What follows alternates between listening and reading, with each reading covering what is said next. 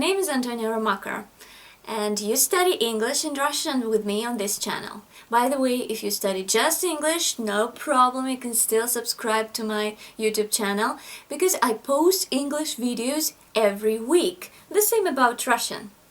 So today we're going to talk about a very common mistake a lot of my students make. We are going to take a closer look at 3 words which are very confusing, and they are see, look, and watch. So they are used differently, and the meaning of these verbs is a little bit different. The meanings are a little bit different, and that's why it's so important to study, because you make these verbs incorrectly, you use them incorrectly. So that's why let's get cracking. Okay, let's get cracking, and we're going to start with the verb to see. We use see to simply mean that an image comes into our eyes. So it may not be deliberate. As soon as we open our eyes, we see things, we see stuff.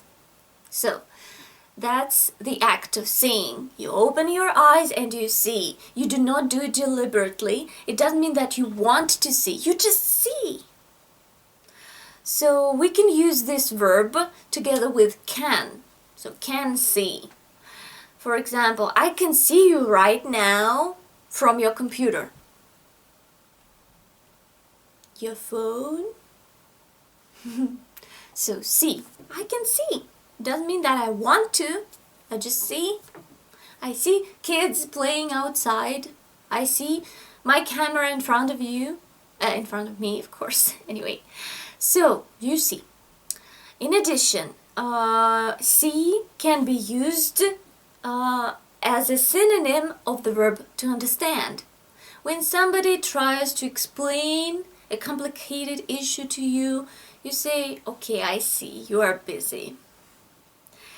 So, for example, hey, let's go out tonight. Oh, I see, you are busy studying English. Imagine that you try to explain to me that you can't, you are sorry that you can't go out with me, but you can't. And I see that, I understand, I see. Or in this meaning, I can actually see because I can see you from your computer. Joking. Okay, I guess generally that's it about the verb to see. Now let's move on to the next one, to look. So when we look, we actually try to see. So in this case, it is deliberate. We want to see. So we look somewhere and we see something. We make a special effort, so we concentrate our eyes on something. That's when we look. I can ask you, look at me right now. So I want you to make a special effort to take a look at me. Yeah, or look outside the window. It is snowing again, and it is April. I just want you to focus your eyes somewhere else, or look outside your window right now. Is it snowing at your place? So you make a special effort to concentrate your eyes on something. Well, for example, also, I'm looking, but I can't see it. Yeah, so somebody asked you to look at, I don't know, a painting, and this person sees something in this painting.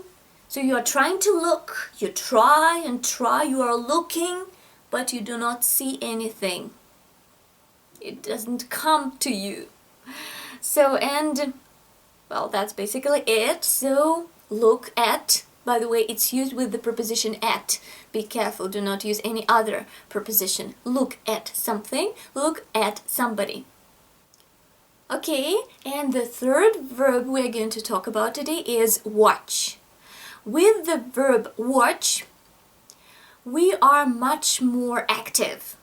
So it is a little bit like to look, but we make more efforts. So it requires more efforts from us when you are watching. And we watch things that are going to move or that are going to change their state, to change in any way possible. So we watch movements and changes.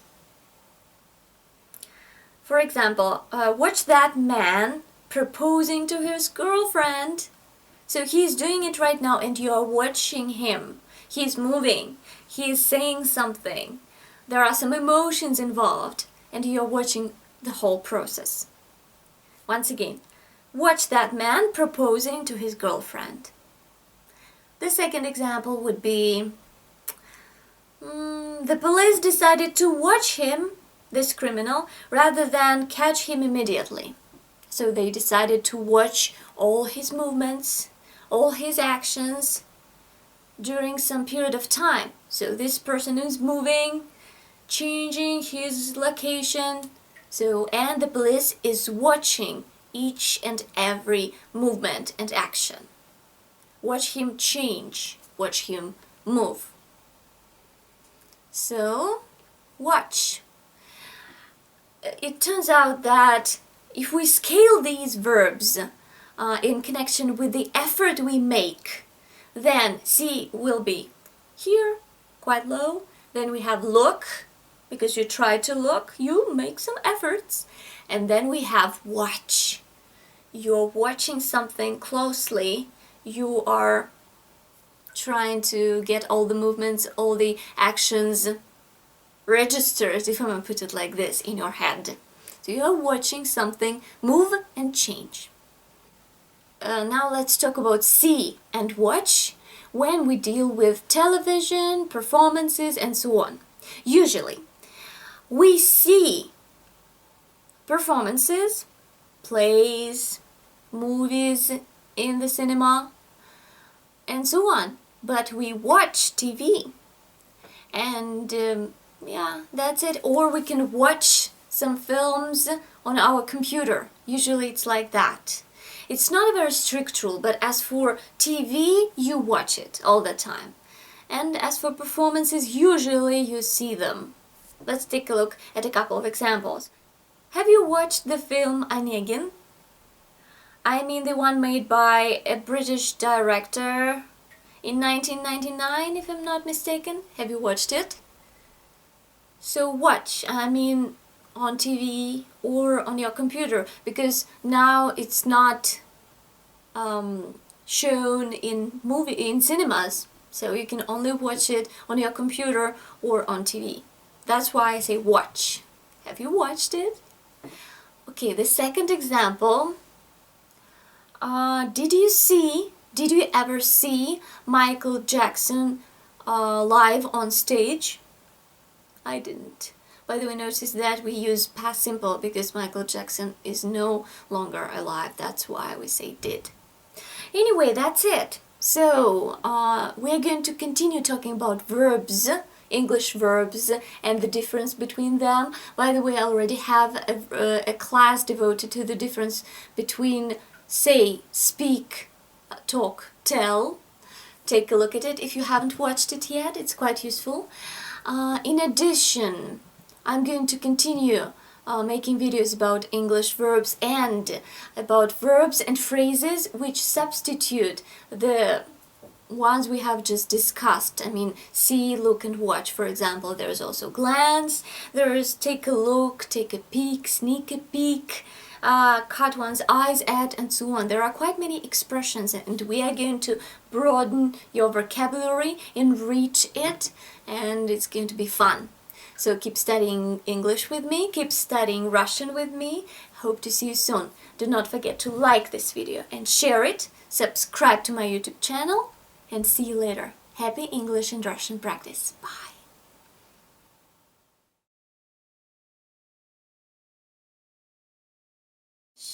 By the way, if you study just English, no problem, you can still subscribe to my YouTube